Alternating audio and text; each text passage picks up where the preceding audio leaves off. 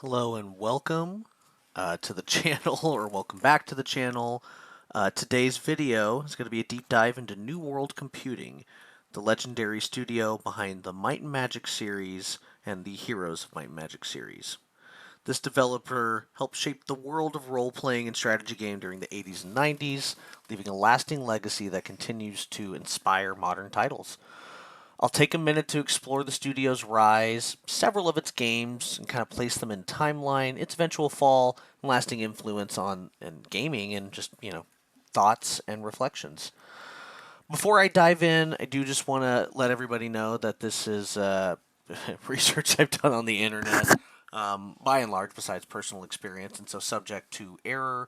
I try to present the most accurate information, but if I miss something, please drop a comment. I appreciate your feedback, and it just helps me make sure this content is as accurate as possible.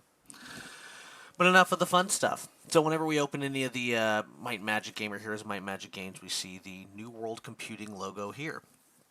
And this was founded in 1984 by John Van Caneghem, and the mission statement was to bring expansive, complex role-playing games to personal computers. Which a novel concept at the time, before Steam, before any of that, and on a device that was, maybe more of a, or at least marketed more as a working device and a business tool. And this is John Van Caneghem, the founder of New World Computing, and you'll see this while you start up a lot of the Might and Magic titles. So their first release was 1986. And if we're watching this in the future, I will get around to streaming this game. But at current, I don't have a lot of footage of it besides the opening screen here.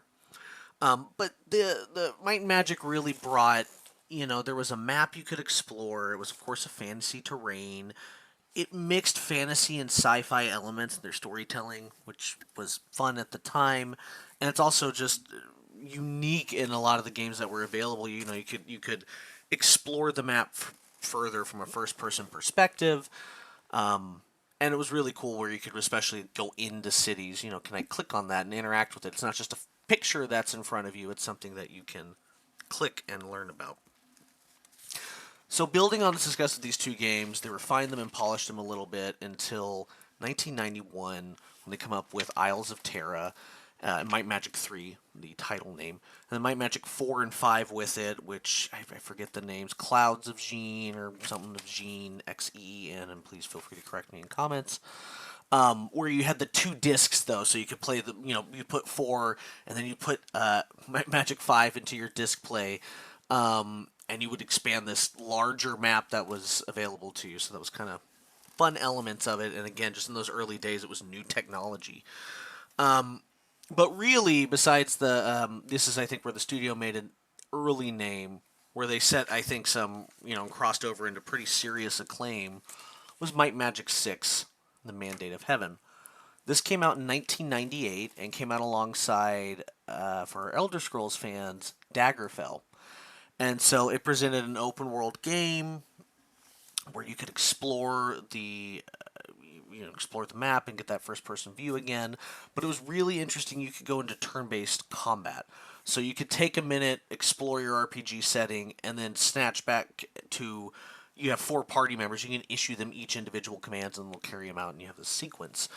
It was just, yeah, it was really good graphics for the year. It's a it's a vibe, for lack of a better term, when I streamed that on here later.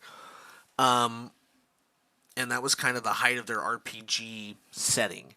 They also, right, trying to bring fantasy to personal computers, right, and gameplay. They branched out in 1995 into the strategy genre, and this is a screenshot of that, early Heroes of Might and Magic. So we have the Might and Magic role-playing series and the Heroes of Might and Magic with the overland map, and that's what really typifies this game.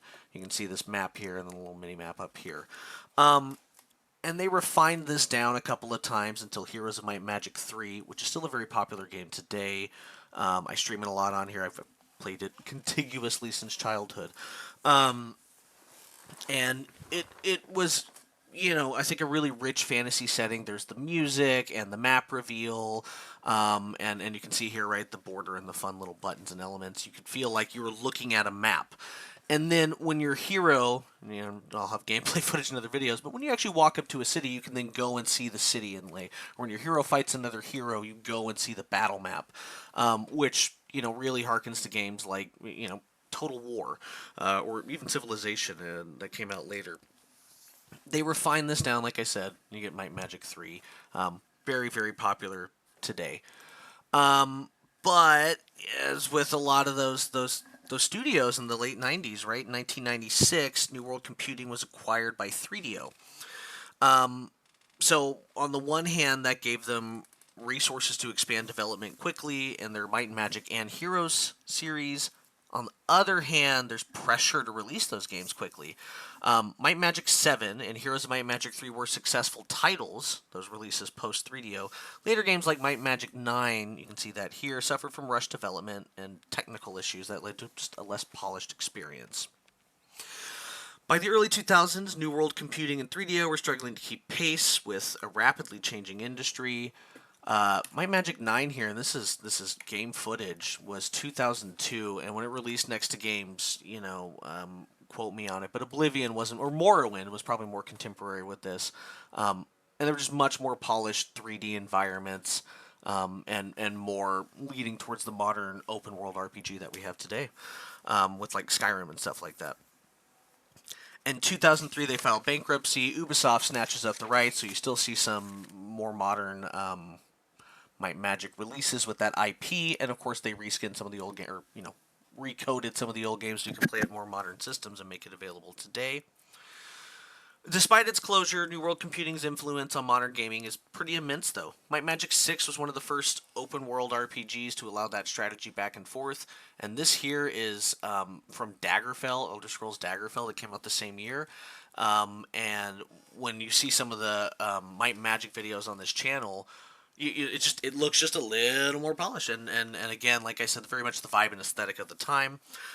They both also, I feel like Might and Magic really introduced an overarching lore in these early games and kept it connected, and that makes it, as a player, again, I think a lot of games today have RPG games have expansive world building, but at the time it felt new and novel. And of course, their other competitor was Elder Scrolls, who does excellent world building, and the icon.